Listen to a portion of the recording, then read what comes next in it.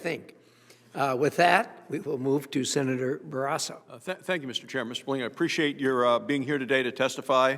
We all value your willingness to serve the country. The role of the Secretary of State is vitally important to protecting our national security as well as advancing American interests and our values across the globe.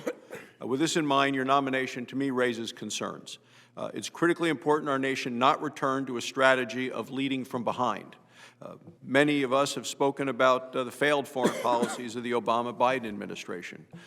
Robert Gates, the former Secretary of Defense under President Obama, noted that Joe Biden, he said, quote, has been wrong on nearly every major foreign policy and national security issue over the past 4 decades. I bring this up because you were an integral part in advising both Biden and Obama on these failed foreign policy decisions. Even with years of experience in foreign policy, when it came time to make the right decisions, in your own words, you say you failed. On Syria, the Obama-Biden foreign policy failed. You admitted, quote, we failed in preventing a tragic loss of life as well as millions of people made into refugees or internally displaced, and that's something that we will have to live with. You also went on to say, in Syria, we rightly sought to avoid another Iraq, but by not doing too much, but we made the opposite error of doing too little. On Libya, the Obama-Biden foreign policy failed. Again, you admitted, you said Libya is a particularly challenging one, and I have to acknowledge that we obviously did not succeed in the Obama-Biden administration in getting that right. In Iraq, the Obama-Biden foreign policy failed. Unfortunately, you continue, I believe, to mistakenly call the withdrawal of U.S. troops in Iraq a success, but the rest of the world knows that the failure to get a status of force agreements in Iraq created a vacuum which led to the creation of ISIS. In 2014, Senator John McCain, who was a member of this committee, raised these issues, went to the Senate floor to speak against your nomination to be Deputy Secretary of State. I ask, Mr. Chairman, that his statement be submitted to the record. Thank you, Mr. Chairman. He raised concerns with your actions, statements, and decisions regarding Iraq, Afghanistan, Syria, and Ukraine. Based on that record of failed foreign policy decisions, Senator McCain said, not only is Mr. Blinken unqualified, but he is, he said, I believe, a threat to the traditional interests and values that embody the United States of America. So once you were confirmed, what happened? You helped negotiate the terrible Iran nuclear deal. These botched decisions have serious consequences. I believe they embolden terrorist organizations around the globe. These failures put the lives of the men and women who serve our nation at risk, and I think it would be a grave mistake to confirm a Secretary of State who has a demonstrated track record of repeatedly making the wrong decisions when it comes to American foreign policy and national security. In your opening statement, you talked about the Chinese Communist Party, who continues to commit terrible human rights abuses. I want to talk about that. You have confirmed that you believe it is genocide, that the Uyghurs, a religious and ethnic minority in China, has experienced, as you know, brutal repression at the hands of the Chinese government. What do you plan to do with within the first 30 days to address what Joe Biden has described as a genocide committed by the Chinese government? Thank you, Senator. I was tempted to start by saying it's good to see you again. So on the Uyghurs, I think we're very much in agreement, and the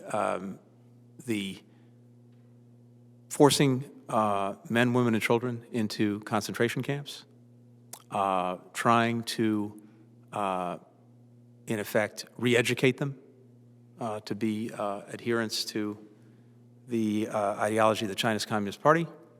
All of that speaks to an effort to commit genocide, and so I agree with that finding. I think we have to look at the tools that we have available to us, including some of the tools that the Congress has provided, to see what actions we can take. So, for example, I think we should be looking at making sure that we are not importing products that are made with forced labor from Xinjiang. That's one such thing. We need to make sure that we're also not exporting technologies and tools that could be used to further their repression. That's one place to start. In your opening statement, and I agree with it, you said that strengthening Congress's traditional role in foreign policy would be helpful. And the U.S. Constitution provides the Senate the power to approve or reject treaties. But treaties have to be submitted to Congress before we can approve them or reject them. So whether it's the Paris Climate Agreement or the Iran nuclear deal, the Obama-Biden administration disregarded the important role of the Senate. They refused to submit the agreements to the Senate for its advice and consent. So the Obama-Biden administration did an end run around us, attempted to draft them in a way to avoid the ratification process. So if confirmed, is it going to be continuation to disregard the will of the American people by negotiating international agreements and then refusing to submit them to the Senate? Or will we go by what you said in your opening statement, which is more of a partnership? So I think two things. First of all, with regard to any of these issues, any of these agreements, in whatever form they are, my strong commitment to you and to this committee is that we will engage in genuine consultations, not notification, real consultations, real dialogue on the takeoff, not on the landing, so we can try to work these things through together. When it comes to various arms control agreements, there's a long history, as you know, of many agreements not being treaties, whether it's the Nuclear Suppliers Group, whether it is the Proliferation Security Initiative, and then in other areas like the Helsinki Final Act, none of these were treaties. There are sometimes good reasons, in fact, reasons that advance our national security for why a treaty is not advisable. There is international treaty law that sometimes makes it more difficult to take action against a country that is not complying with its obligations under a treaty than it is under a non-treaty agreement. So I think we have to look at this on a case-by-case basis. With regard to Iran, of course, there is the ANARA legislation. We will certainly make sure that we're in compliance with that legislation and its requirements. Many of the reporting requirements, of course, have fallen by the wayside once we got out of the agreement. At a minimum, those would resume, and we'll have to look at what the obligations under the law would be if there is any forward movement with Iran. Well, you brought up the arms control agreement. As our country continues to face threats from around the world, you should not take any action, I believe, that's going to hinder our missile defense options. The United States must always remain in charge of our missile defense system, not Russia, not any other country. So I have concerns about efforts of Russia to limit our own missile defense and actions that the Obama administration took in this issue. So can you commit to us that in any arms control discussion with Russia for which you're responsible, that the United States will never agree to any limiting of our own missile defense programs? It's hard to see a circumstance in which we would do that. And so the new START expires February 5th, coming up, 2021, in less than a month. There are only a few weeks before the arms reduction treaty between us ends. Does the Biden administration plan to extend the treaty, and if so, for how long? Senator, I think we're going to seek an extension. I think because we've been very focused on observing the one president at a time tradition and rule, and so this is something that the president-elect, I know, will have to take up almost immediately upon assuming office for the very reasons that you cited. We have an agreement that's expiring in just 16 days or so. So what I can tell you is that I know we will be coming to you very quickly, almost immediately, to discuss that. And what I can say at this point is that, yes, we'll seek to extend it. President-elect Biden has pledged to treat U.S. allies with respect, consideration.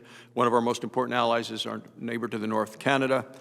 Today, Canadian Prime Minister Justin Trudeau urged the incoming administration to consider any potential efforts to sabotage, reconsider any potential efforts to sabotage the Keystone XL pipeline. President-elect Biden has made comments, I understand from the news, that he wants to shut that down.